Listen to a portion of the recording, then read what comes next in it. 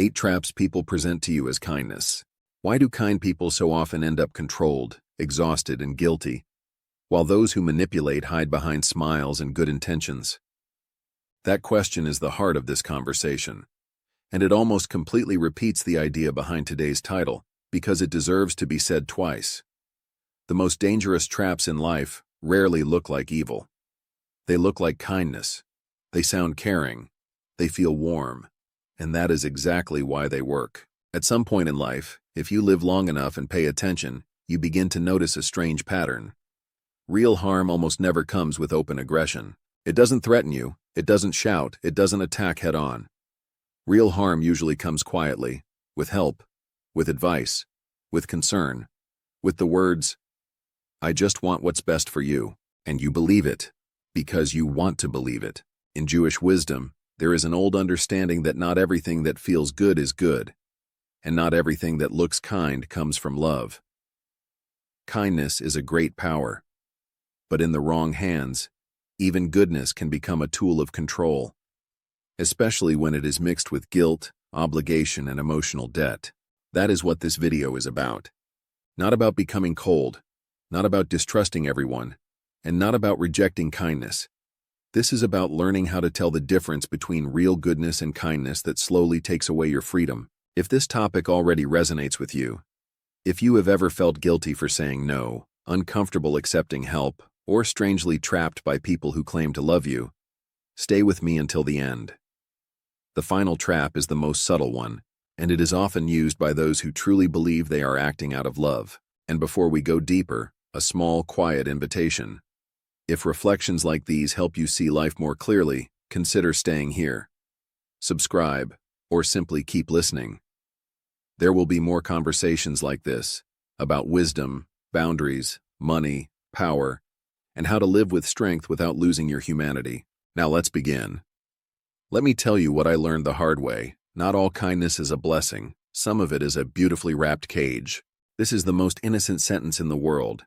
Few words sound safer, warmer, or more human than this. After all, who could be against help?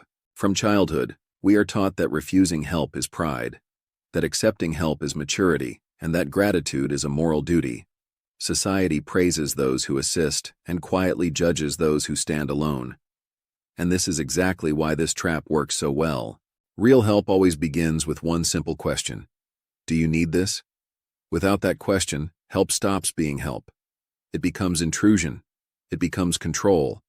It becomes someone else stepping into your life without permission and rearranging it according to their own understanding of what is right for you. In Jewish wisdom, there is a principle that many people overlook. You are not allowed to save someone if by saving them, you take away their ability to stand on their own. Help that weakens a person is not kindness. It is fear disguised as care. Fear of watching someone struggle, fear of being unnecessary, fear of losing importance. Very often people help not because you are weak, but because they need to feel strong.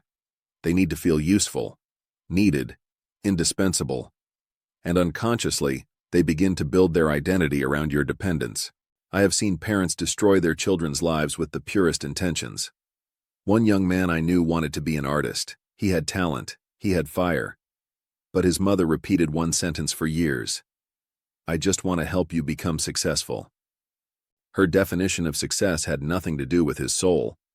She sent him to study law, he obeyed, he graduated, and then he spent years feeling empty, lost, and ashamed of wanting something different.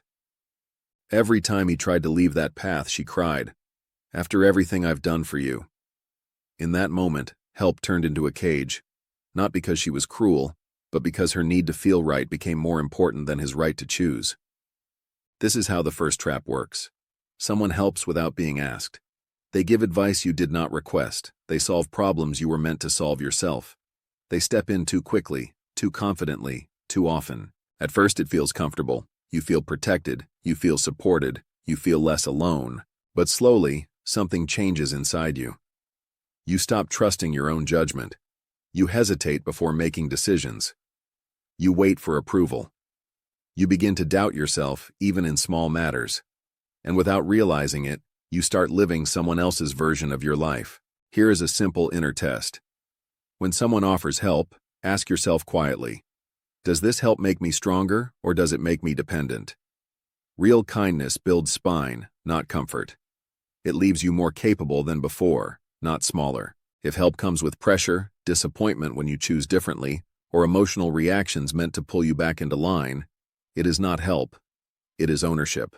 Learning to say, "Thank you, but I want to try on my own," is not rudeness. It is self-respect. And self-respect, according to Jewish wisdom, is the foundation of any life lived with dignity. This is only the first trap, and it is the softest one. The next trap is heavier because it does not rely on care, it relies on guilt. And guilt is a much stronger chain. Let's continue. I sacrifice myself for you. The sentence sounds noble, heavy, almost sacred. It is often spoken slowly, with pain in the voice, as if it carries moral weight that cannot be questioned.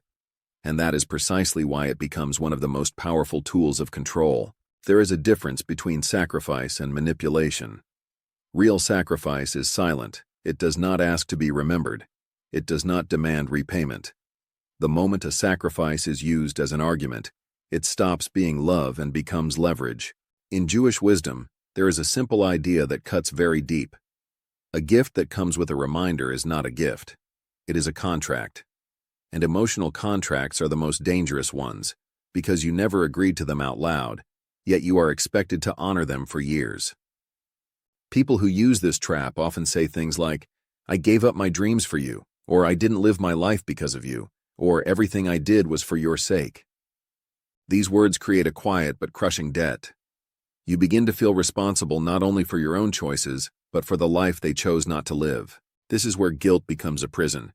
You hesitate to move forward, you hesitate to be happy, you hesitate to change, because every step away feels like betrayal, not of a rule, but of a person. And here is the truth most people are afraid to face. No one can sacrifice themselves for you without making a choice, and every choice carries responsibility. Turning your choice into someone else's burden is not love. It is avoidance. Avoidance of one's own unfulfilled life. I once told a man very calmly, "You help too loudly." He was offended, but it was true. When kindness needs to be announced, when sacrifice needs an audience, it is no longer about care. It is about power. This trap works especially well on kind people. On those who have conscience, on those who feel deeply. Guilt is a chain you cannot see, but it pulls harder than force. You start doing things you know are wrong, or things that drain you, simply because you don't want to feel ungrateful. But gratitude should never cost you your freedom. Here is a practical rule that brings clarity. If someone reminds you again and again of what they did for you, respond once with sincerity. "I appreciate what you did." And then stop paying emotional interest. You did not ask for the sacrifice. It was their decision. In Jewish tradition, it is said that each person must carry their own soul. No one is allowed to live through another and then demand repayment for it. When that line is crossed, love becomes pressure, and care becomes control. When you learn to separate gratitude from obedience, something important happens. You stop being controlled by memory. You return responsibility to where it belongs. And the relationship, if it survives, becomes honest instead of heavy. The next trap is even more subtle. It hides behind respect and age. And millions of lives have been quietly redirected because of it. Let's move on. I'm older, I know better. This trap hides behind respect. And that is what makes it so difficult to challenge. From a very young age, we are taught that age equals wisdom, that experience automatically means understanding, and that questioning elders is arrogance. But Jewish wisdom has never taught blind obedience. It teaches discernment. Age does not make a person wise. Age only means that a person has lived longer with their habits, fears, beliefs, and mistakes. Some people learn from life. Others simply repeat the same story with more confidence. There is an old saying I once heard from an elderly Jewish neighbor named Meir. He said, "Age does not make a man smart. It only gives him more stories he tells with certainty." And that sentence stayed with me for years. This trap works when someone says, "I've lived longer, so listen to me," not as advice but as authority, not as guidance but as a command. Slowly, your own intuition is pushed aside. Your doubts are dismissed. Your questions are labeled childish. And without realizing it, you begin outsourcing your life decisions to someone else's past. Respecting elders does not mean surrendering your future. In Jewish tradition, Respect is not obedience. You can listen, honor, and still choose your own path. In fact, that is considered maturity. Many lives have been quietly redirected by this trap. Careers chosen out of obligation, marriages entered out of pressure, dreams abandoned because people older than you know how the world really works. And yet, those same people often live with quiet regret of their own. Here is a simple rule. Learn from experience, but do not live inside someone else's fear. Advice that comes from bitterness will always limit you. Wisdom expands. Fear contracts. If someone truly wants the best for you, they will allow you to make mistakes. They will not try to live your life for you. They will understand that growth requires risk, and dignity requires choice. You do not need to argue. You do not need to prove anything. Sometimes the wisest response is silence followed by action. Walk your own path quietly. Let results speak where words would only create conflict. The next trap is softer again. It sounds loving, it sounds protective, but it often suffocates more than it supports. Let's continue. I'm just worried about you. Few phrases sound more loving than this one. It feels warm, protective, almost impossible to argue with. After all, worry sounds like care. Concern sounds like love. And that is why this trap is so effective, especially when it comes from parents, partners, or those closest to us. But worry is not the same as support. There is a quiet but critical difference between caring about someone and trying to control their choices. Real concern gives strength. It says, I trust you even if I'm afraid. False concern says, I'm afraid, so you must obey. In Jewish wisdom, fear is never considered a good advisor. Fear narrows vision. It focuses only on what can go wrong. And when fear speaks through the voice of love, it becomes even more dangerous. Because you stop questioning it. You begin to doubt yourself instead. This trap works slowly and quietly. Someone says they worry about your decisions, about your money, about your risks, about your future. At first you listen out of respect. You don't want to seem reckless, you don't want to hurt them, so you adjust, just a little. Then you adjust again. Soon, before making even simple choices, you hear their voice in your head. You hesitate. You calculate consequences not for yourself, but for their emotions. And eventually, you stop moving forward at all. I have seen people freeze their lives this way. Not because they were weak, but because they were considerate. Their world became smaller, safer, quieter, and painfully empty. Here is an important truth. If someone truly cares about you, they will support you even when you choose differently from what they would choose for themselves. Support does not disappear the moment you step outside someone else's comfort zone. Concern that demands obedience is not love. It is fear of losing control. There is a simple way to respond to this trap without destroying the relationship. You do not need to argue. You do not need to prove anything. You can calmly say, I understand that you're worried, and I appreciate it. But I need to walk this path myself. This response does something important. It acknowledges emotion without surrendering authority. It keeps respect on both sides while protecting your right to choose. Remember this. A life lived only to calm someone else's fears will never feel like your own, and no one can carry another person's fear forever without losing themselves. The next trap moves from emotional pressure to practical dependence. It often appears in business, money, and favors that seem harmless at first. Let's go on. I'll cover you, don't worry. This trap rarely appears in words about love or care. It usually shows up in practical situations: money, documents, favors, connections, business matters. It sounds reassuring, efficient, adult. Someone leans closer and says, don't worry, I'll take care of it. And for a moment, you feel relief. The pressure lifts. The problem seems smaller. You feel protected by someone more experienced, more connected, more confident. But relief is often the first step into dependence.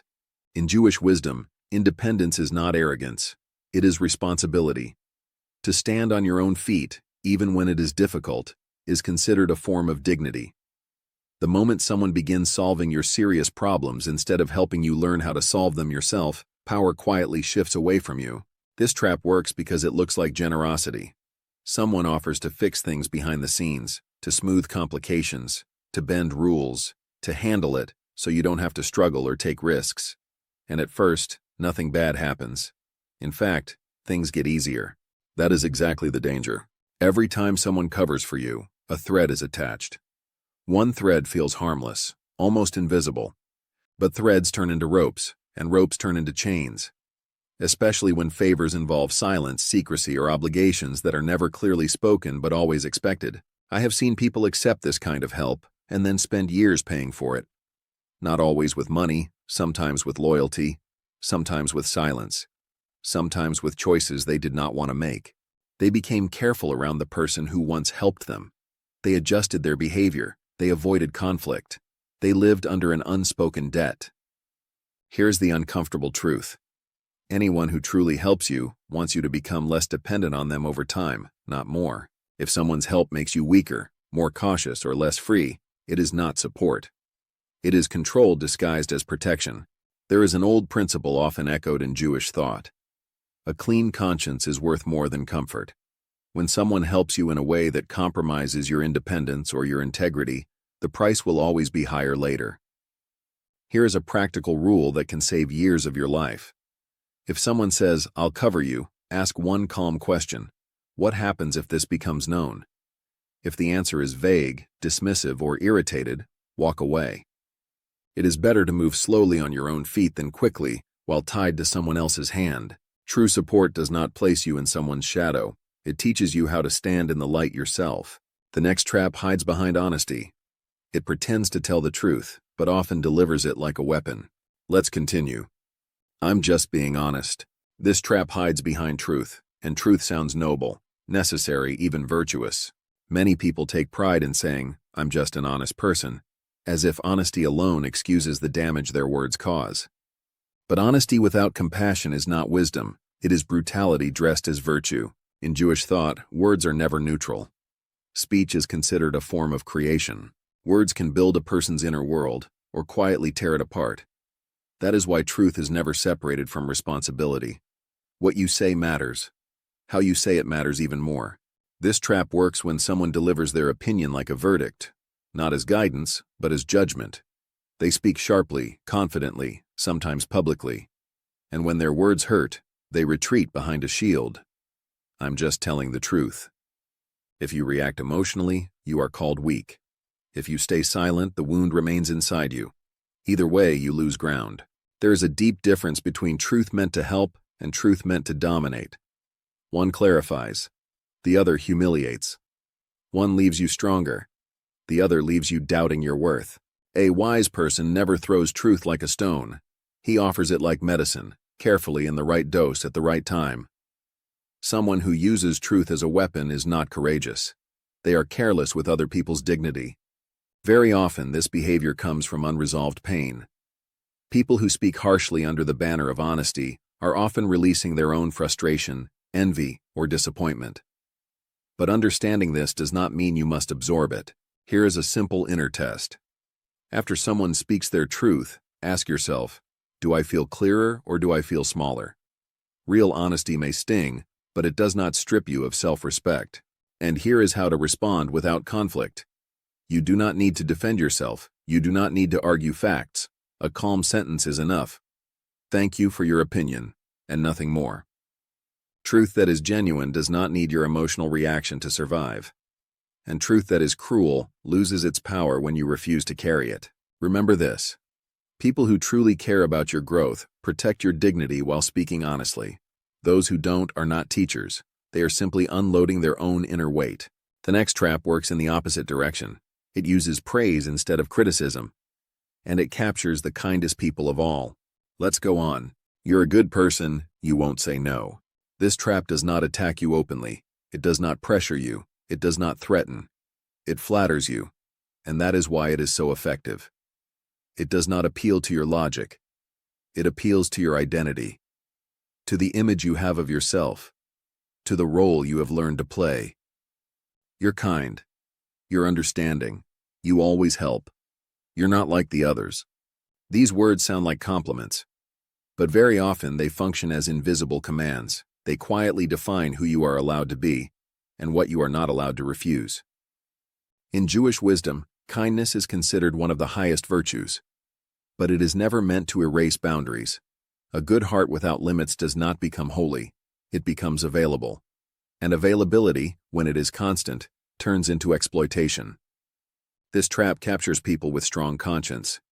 People who feel responsibility deeply. People who were taught early in life that being loved means being useful. That harmony must be protected at any cost. That saying no makes you selfish, cold, or ungrateful. At first, the requests are small. A favor here. A little time there. You say yes because it feels natural. Because refusing feels uncomfortable. Because helping has become part of how you see yourself. But slowly something shifts. Your yes stops being appreciated. It starts being expected. And the moment kindness becomes an expectation, it stops being kindness. It becomes a resource others feel entitled to use. You begin to notice that people come to you not when they care, but when they need something.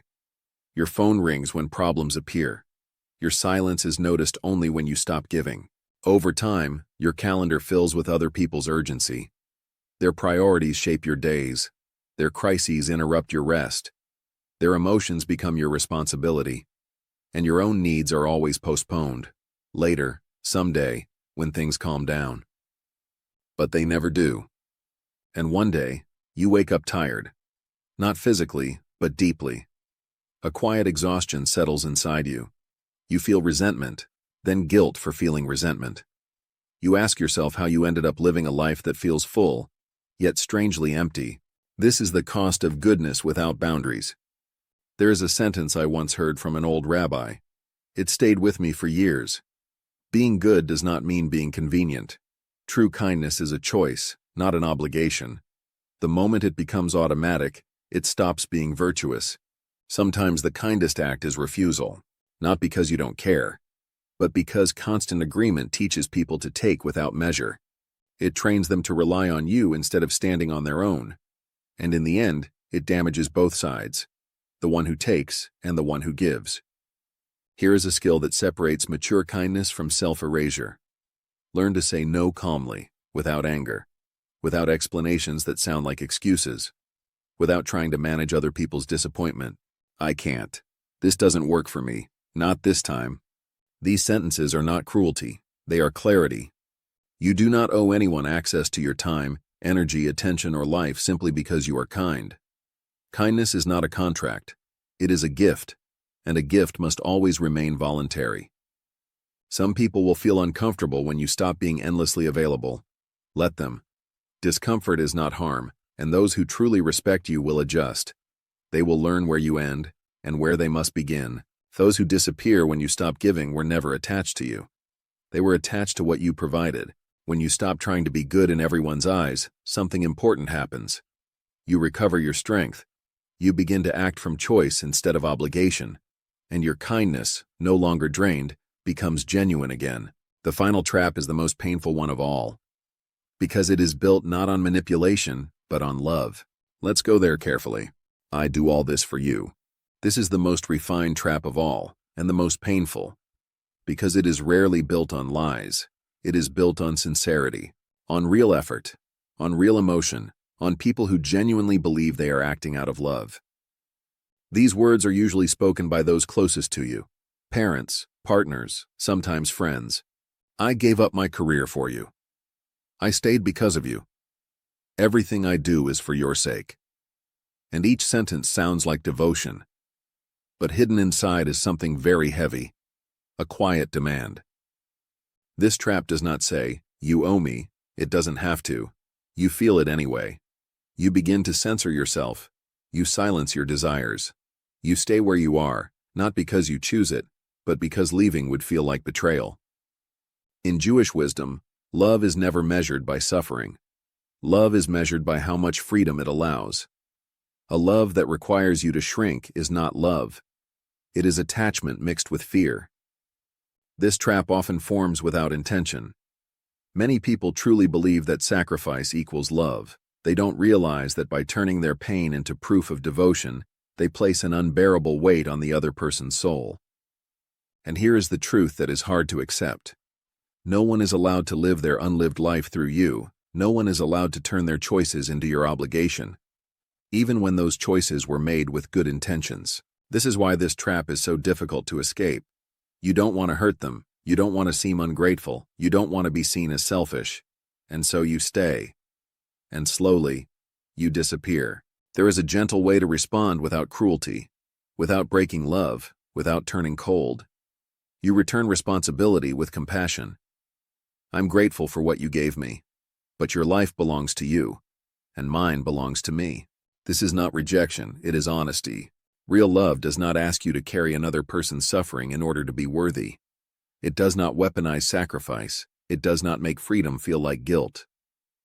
When love is healthy, it celebrates your growth, even if that growth leads you away. These were the 8 traps. They look harmless, they sound noble. They often come from people who care, but without wisdom, even kindness can become a cage. In Jewish thought, there is a simple rule that ties all of this together. Accept kindness, but never surrender your freedom. Be grateful, but stay independent. Love deeply, but do not lose yourself. And if these words resonated with you, if you recognized people, situations, or even yourself, stay here. Listen further. Reflect. Subscribe quietly if you wish. There will be more conversations like this. Conversations about money, power, boundaries, dignity, and how to live with strength without becoming hard. Kindness should feel like light, not pressure, like warmth, not weight. And when it does, you will know. Everything we talked about today can be reduced to one difficult, uncomfortable, but liberating truth. Kindness without wisdom often leads to suffering. Not because kindness is weak, but because without boundaries, it becomes an open door. We live in a world where many people want to look good, sound caring, and feel needed. Far fewer are willing to respect another person's freedom. True kindness requires strength. It requires restraint. It requires the ability to step back instead of stepping in. Jewish wisdom never teaches blind generosity. It teaches responsible goodness. Help only when you are asked. Give without reminding. Love without controlling. Speak truth without humiliating. And never trade your freedom for approval. Remember this. You are allowed to say no without explaining yourself. You are allowed to walk your own path, even if others don't understand it. You are allowed to be grateful without being obedient. None of this makes you cold. It makes you mature. When you stop trying to be convenient, you begin to be respected. When you stop living from guilt, you begin to live from choice. And when your kindness comes from strength instead of fear, people feel it. There is a word in Jewish tradition, chochma. It means more than intelligence. It means wisdom of the heart, the ability to love deeply without losing yourself, to give without becoming empty, to stay soft without becoming breakable. That is the kind of kindness that does not trap, it frees. If this reflection gave you clarity, stay here. Listen further. Subscribe quietly if you wish. These conversations will continue about life, money, power, boundaries, and dignity. And now I'll leave you with one question. Where in your life are you confusing kindness with obligation? Sit with that and choose wisely.